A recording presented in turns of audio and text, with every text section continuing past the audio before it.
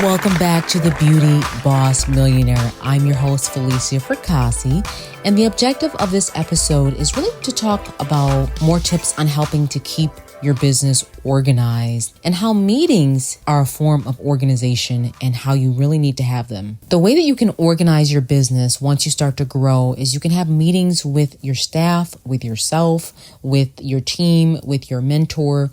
There needs to be a break and a time where you can just organize the business.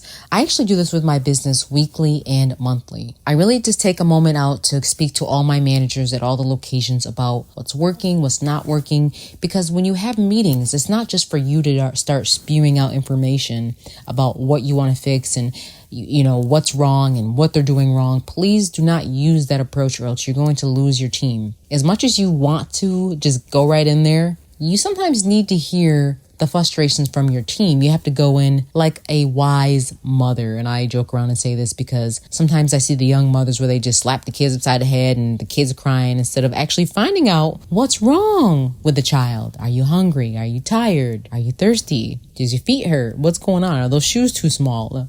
I'm being silly, but honestly, as an owner of a business, you have to go in with a wise spirit, with a listening ear, and going with compassion and empathy, because even though you may see it all as it needs to be done, because that's how I am. I just want to get the job done. Let's get it done and let's move on. But there's sometimes complaints that are coming from your team that you're going to need to listen to. And those meetings are like the best thing ever because it makes them feel heard, because sometimes there's things going on behind the scenes that you don't know about. Like, for example, we have 2 problematic customers that come into the store and they like to complain. Now, where I'm at is like really bougie here. And a lot of times we're usually good with dealing with bougie clients because that's what we attract, which is fine. But then we have these 2 ladies who like to abuse the staff members. And it was frustrating, not only one of the team members, but 3 of them. And they all work different shifts and they all noticed it was the same exact problem. One lady was coming in, harassing them, saying, do you like your job? And all these different weird things. And you must not like your job, like just kind of degrading them.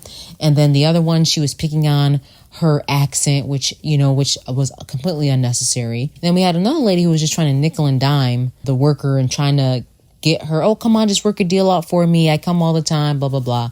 And this person turned into a problematic client.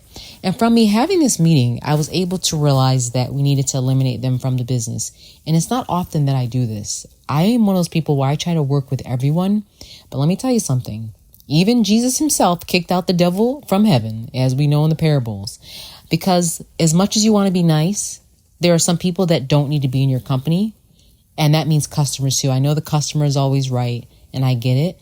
But I sometimes tell the people that are being problematic, I just don't know if we're going to be able to service you because I don't know if we can really make you happy and you might want to look somewhere else. And I say it in the best way possible because sometimes it's just not worth the frustration. It's not worth it. The money might be good, but it's not worth the stress that comes with it. I'm not saying you should be doing this with every client. No, I'm not saying that. That goes to show something might be wrong with you and how you're handling things. But there's some clients where they just drain you. They drain the operation. They drain the store. They're very manipulative, and chances are they're not just like this with you. They're like this in every single thing that they do in their life. They're like this everywhere they go, every doctor's appointment, every dentist appointment, every place of business they go in, every DMV. They're going in there with the same exact problematic spirit.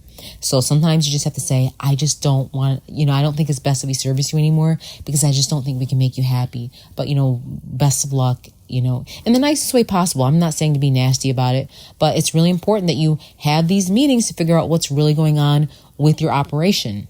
Having a meeting allows the employee and the employer come to a common ground and to create new possibilities based off of what's happening around them. I really suggest that you put on your calendar that you have, if it's not a weekly meeting, it's got to be at least a monthly meeting. You have to at least have meetings.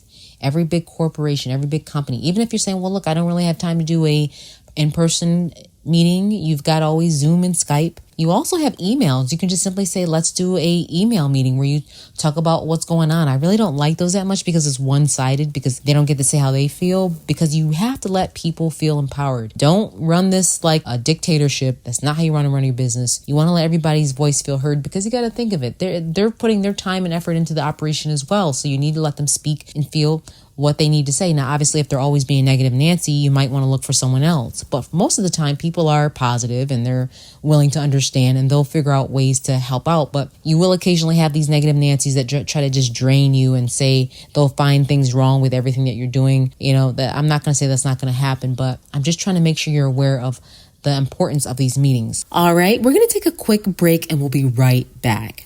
Do you have unwanted facial hair or underarm hair?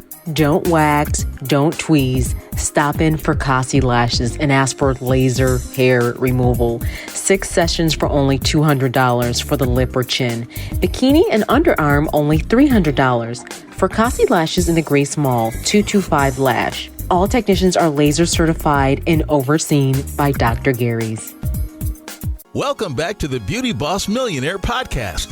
Another thing that I really think is helpful is get yourself an accountant to get your business organized. I can't stress this enough. Even if you're saying right now, I don't have enough money for an accountant, I want you to look high and low. I want you to post on Facebook, go on these websites where there is a affordable accountant that may only charge you $100 a month, maybe not even that, maybe $50 a month. Now, I pay a lot more for my accountant just because I've got to a level where I have multiple operations and I got a nonprofit running. I've got a construction company. I got Airbnbs. So my accountant, I pay a lot more for, but she saves me money because she's able to tell me what I need to do to save money.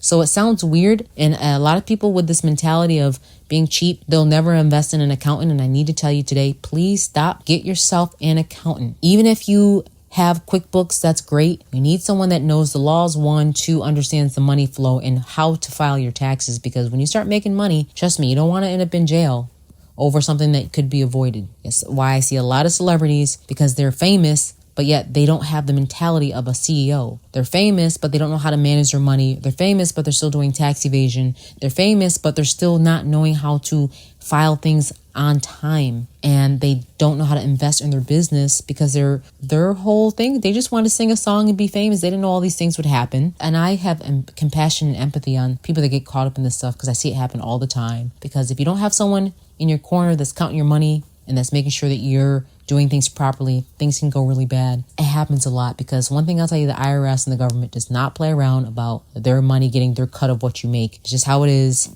You got to pay to play, and they will keep you organized. Your accountant will keep you organized. So please get one. That's it for today at Beauty Boss Millionaire.